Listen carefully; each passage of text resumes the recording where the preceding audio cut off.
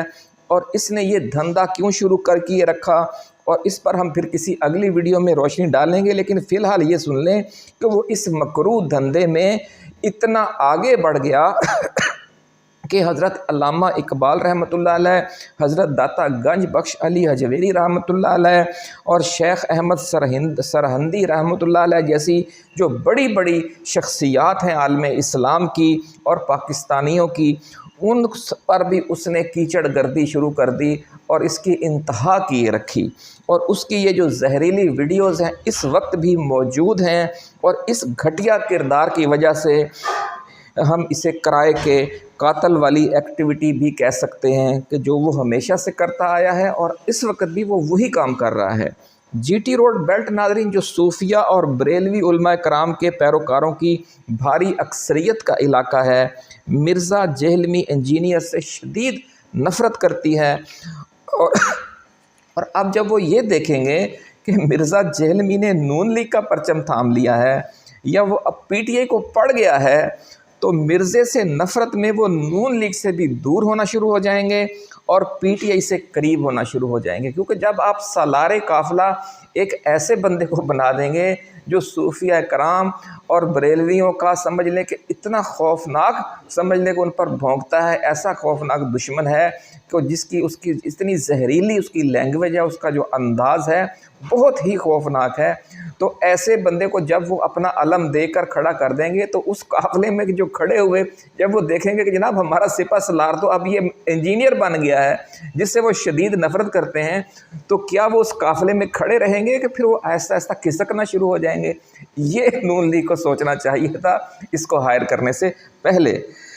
ناظرین، مرزا جہلمی کو بھرتی کر کے نون لیگ نے کوئی منافع بخش ایکٹیویٹی نہیں کی، بلکہ گھاٹے کا سودا ہی کیا ہے۔ یہ جو اس کا پہلو ہے